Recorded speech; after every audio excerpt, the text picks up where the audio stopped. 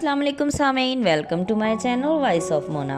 हमारी आज की स्टोरी का नाम है दोगले चेहरे। परीशे एक गरीब घर की लड़की थी। माँ का इंतकाल हो चुका था। बाप ने तभी दूसरी शादी कर ली थी। जैसे तैसे परीशे ने बीए किया। वो कभी स्कूल में जॉब कर दी, कभी किसी फैक्ट्री में। उसने इसी तरह जगह जगह काम करके कुछ पैसे इकट्ठे किए और अपनी मशीन ले ली। फिर 1 से 2, 2 से 3, वो कुछ सालों में ही अपना कारोबार खड़ा कर चुकी थी।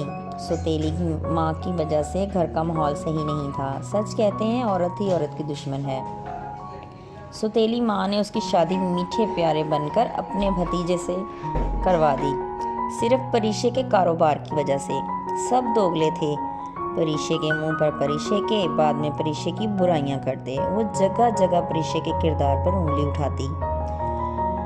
परीशे का कारोबार हौजरी लाइन का था। वो मेहनत करती और रिज़्क़ हलाल कमाती थी, लेकिन सब उसको बातें करते। परीशे का शौहर भी लालची था। वो पैसे मांगता तो वो दे देती, नहीं देती तो चोरी कर लेता। परीशे को पता ही नहीं था कि उसके खिलाफ क्या क्या किया जा रहा है। वो सब पे बेदरेक पैसा खर्चती, सबकी तकलीफ में काम आती, मगर उसके किसी काम में भी कोई भी खड़ा नहीं होता था। वो परेशान रहती, मगर कुछ नहीं कर सकती थी। फिर आहिस्ता आहिस्ता उसको पता चलने लगा। उसके यहाँ बेटा पैदा हुआ। उसकी हालत ख़राब थी। वो आंखें बंद किए लेटी थी। सबको लगा वो सो रही है।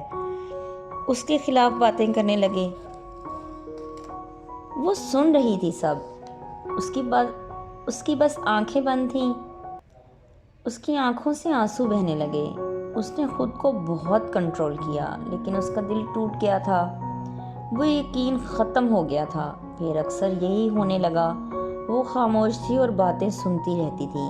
वक्त गुजरने लगा। उसके अब 2 बेटे थे।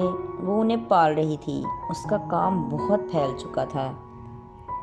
शौहर अब उसके साथ ही काम करता था, लेकिन परीशे सब कुछ अब संभाल चुकी थी। वो अब कोई पैसा किसी को भी नहीं देती थी। परीशे के शौहर का एक्सीडेंट हुआ तो टांग फ्रैक्चर हो गई। परीशे ने उसके लिए मुलाजिम रख दिया। बच्चे पढ़ रहे थे, फिर तालीम मुकम्मल करके दोनों ही मुल्क से बाहर चले गए। शौहर माजूर हो चुका था। सौतेली माँ का भी अब बुरा हाल था। वो भी बीमार थी। उसकी अपनी औलाद उसे नहीं पूछती थी, जबकि परीशे फिर भी ख्याल रखती।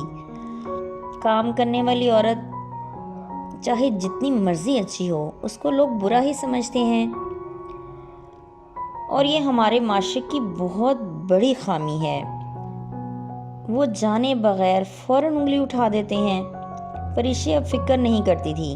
वो किसी की मोहताज नहीं थी और इस बात से वो खुश थी। उसने खुद को संभाल रखा था, बगैर किसी के सहारे के। वो दूसरों का सहारा थी। वो जानती थी दोगले लोगों के साथ गुजारा करना मुश्किल होता है,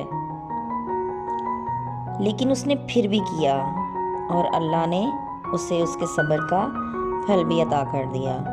और जिन्होंने उसके साथ बुरा किया, उनको सज़ा भी दे दी। जीते रहिए, खुश रहिए। मिलते हैं अगली कहानी के साथ।